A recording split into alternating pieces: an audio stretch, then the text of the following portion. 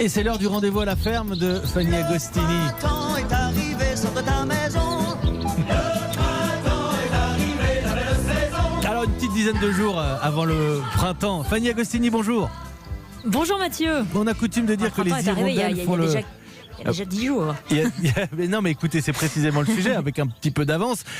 Même si, alors, votre passé à la météo, Fanny Agostini, normalement, pour les météorologues, c'est le premier, hein, c'est ça le printemps. C'est ça, ça sur le calendrier, c'est le printemps météorologique, c'est le premier. Parce que la Météo France, ils ont décidé d'avoir un calendrier parallèle. Bon, voilà. On a coutume de dire que les hirondelles font le printemps, mais bien d'autres signaux peuvent nous annoncer une entrée en matière printanière.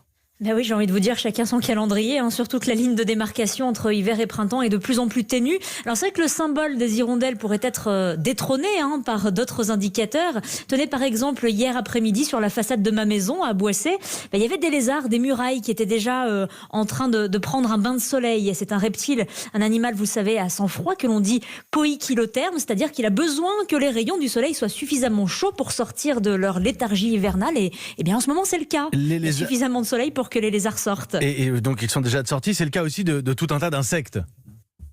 Oui, parce que la plupart des insectes ont des températures précises de reprise d'activité. Alors il y a le bourdon qui va avoir besoin de 10 degrés au minimum pour commencer à bourdonner, 13 degrés pour les abeilles qui se saisissent de l'occasion pour se dérouler les ailes. Puis j'ai vu ce matin un gendarme roux noir qui s'appelle aussi diable du chat midi en leur attirant le soleil. Et puis il y a aussi les fourmis, mais là tout dépend, Mathieu, de l'exposition de la fourmilière.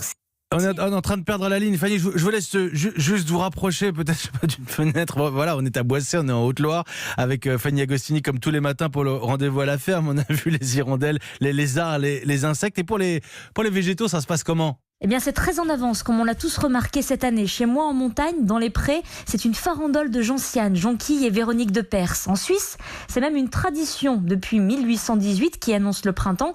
Et c'est le secrétaire général du Parlement lui-même qui vient constater l'apparition du tout premier bourgeon d'un marronnier emblématique à Genève. Il a fleuri il y a 4 jours, un bourgeonnement, devinez quoi, de plus en plus tôt depuis 2009, ce qui est encore un signal du changement climatique qui n'étonne plus personne, sauf peut-être les hirondelles elles-mêmes qui voient encore une fois le printemps les coiffer sur le poteau. On apprend des choses au contact de la nature tous les matins. Et ce petit parfum de printemps, c'est pas mal non plus.